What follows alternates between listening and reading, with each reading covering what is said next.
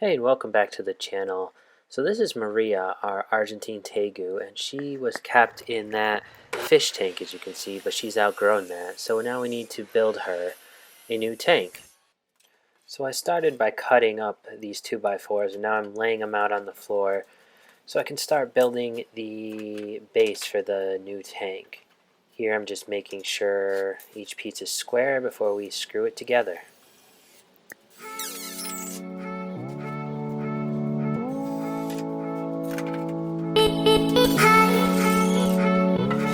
So this is going to end up being a pretty large tank. Overall it's going to be 8 foot long by 4 feet wide. So I'm using full 2x4s here for the length, half a 2x4 for the width, and just continuing to screw them together to make this base.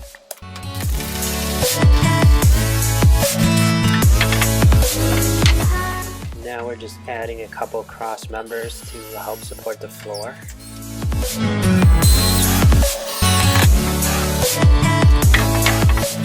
Here I'm just making a duplicate of what I've already made so that I can basically make a box to support the tank. So I'm screwing these vertical 2x4s into the bottom piece of the base, and I will raise the second half up to make a table more or less for the tank to sit on.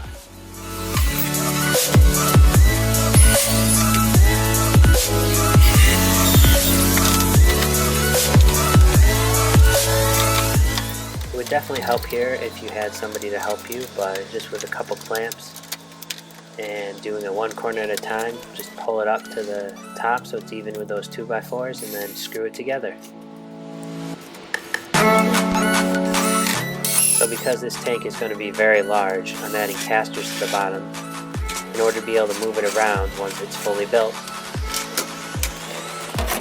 So now I'm just putting a piece of plywood on top here to create a base to start building the tank on. You saw there I'm trying to inlay a couple of these plastic ponds. One's going to be for water and one for a box to put wood chips in so that the Tegu can bury itself.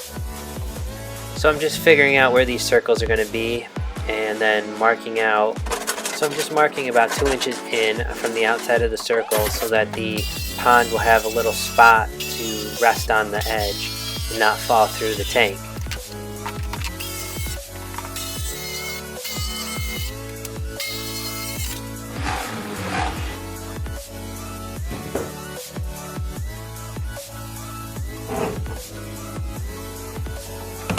There you can see it fits.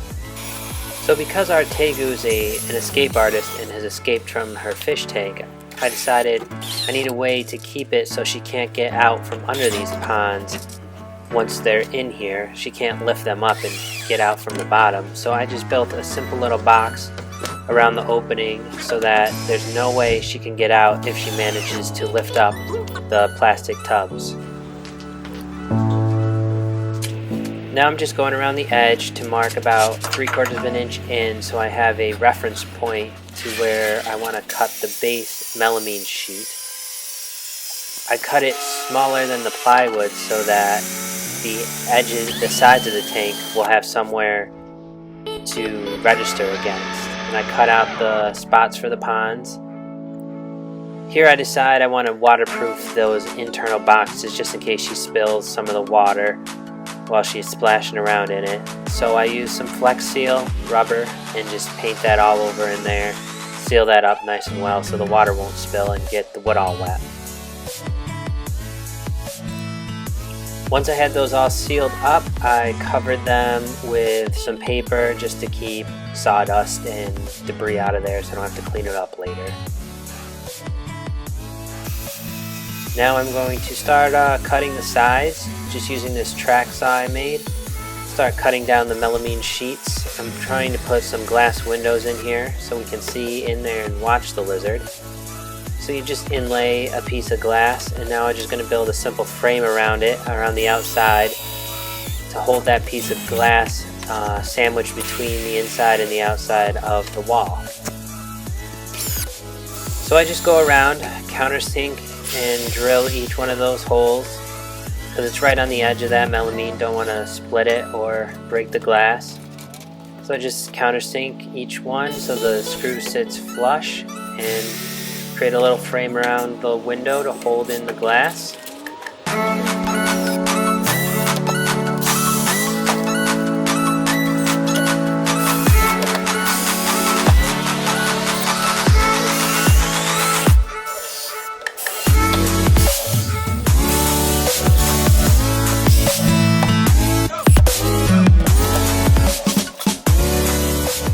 For the outside of the window frame, I want it to look a little nicer, so I'm not using melamine. I'm using these pieces of wood, and I'm cutting a little chamfer on them just to give them a little detail so they look a little nicer, more like a picture frame. And I'm attaching them to the side of the tank the same way, just pre-drilling and countersinking and adding a screw all the way around. Here you can see one of the sides of the tank flipped up into place and how it registers there against the base. And I make both sides the same way. So now I'm moving on to the top of the tank. That's not going to be made out of melamine because I want it to be stronger and I want it to be open so that there's ventilation. So I'm just pocket holing some wood strips together. Now I'm adding some of this chicken wire, one to support the heat lamps and UV lights later and allow for ventilation. Just stapling it down to the frame I built.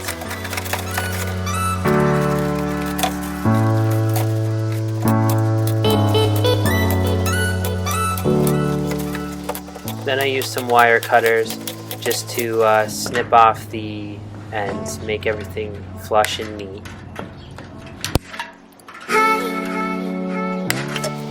Then I add a second piece of wood on the underside. Inset the width of the walls, one to cover up the rough edges of the chicken wire, and two to allow more registration for the wall so that everything will lock together. Here I'm just adding some center braces to keep the wire from sagging.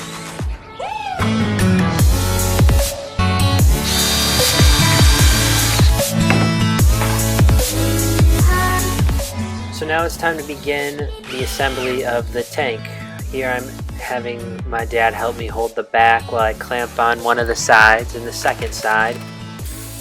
Now I'm screwing them into the melamine plate along the bottom, countersinking each one so that the screws sit flush.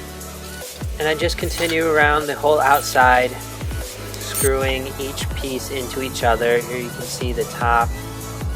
Everything's screwed together. Now I'm working on the doors so that we can get in and out of this thing. Here I'm just using sheets of glass. I'm going to be cutting the holes the same way. I decided to put on a little edge banding to the doors just to clean them up a little bit, make them look a little nicer. So I do that before I put the glass in just because it's easier to work with.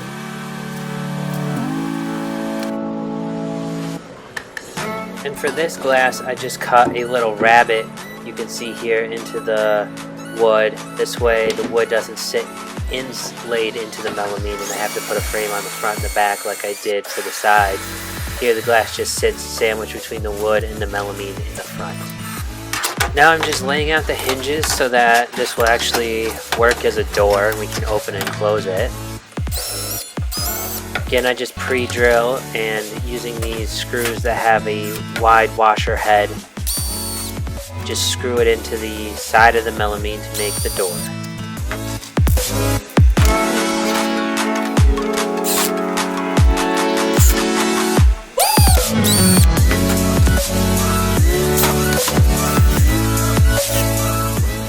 And now we're just going to hang the door in its opening. I use a couple washers just to prop it up off the base so that I have clearance for it to swing open and closed. And then the same process, drill and screw it in.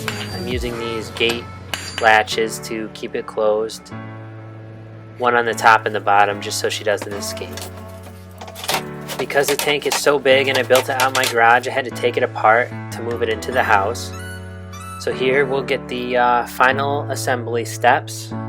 So I kept the base all in one piece, and now I'm just attaching the melamine sheet that would make the bottom of the tank.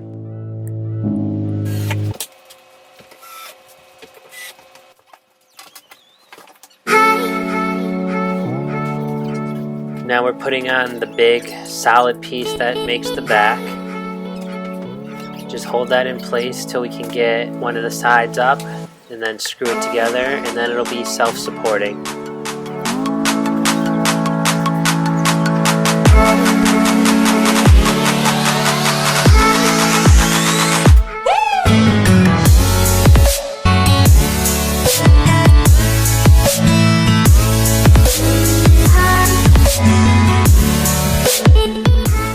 Here the wheels come in handy because this thing is so big, it's hard to work on sometimes, get room around it.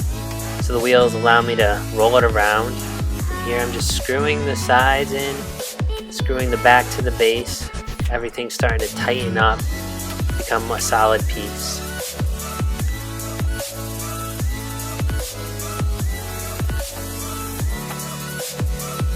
Roll it around so I can get the other side attached. And again, attach it in the same way. Just screw in through the back and then screw along the bottom.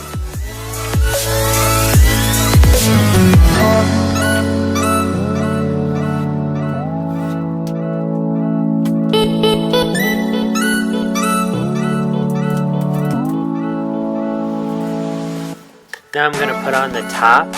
This will lock the sides and the back together. I'll just screw in there through the sides into the top. You see that little piece of blue tape there? I labeled everything before I took it apart so that I'd be able to remember how to put it back together.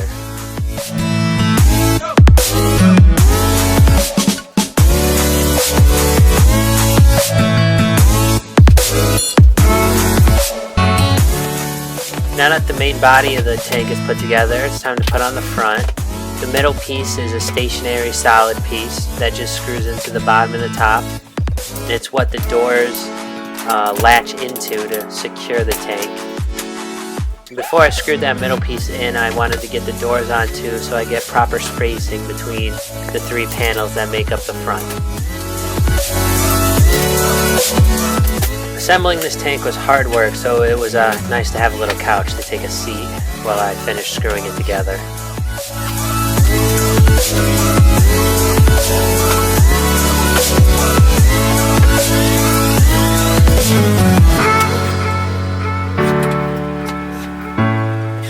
Once we get the tank all set up, running with the lights and the lizards all moved in, we're going to really spruce it out with plants and other things for the lizard to live on. But for now, this is Maria exploring her new house for the first time. You see the mulch pool there so she can dig, some food and water dishes, and then her big water pond so she can soak herself. She seems to like it.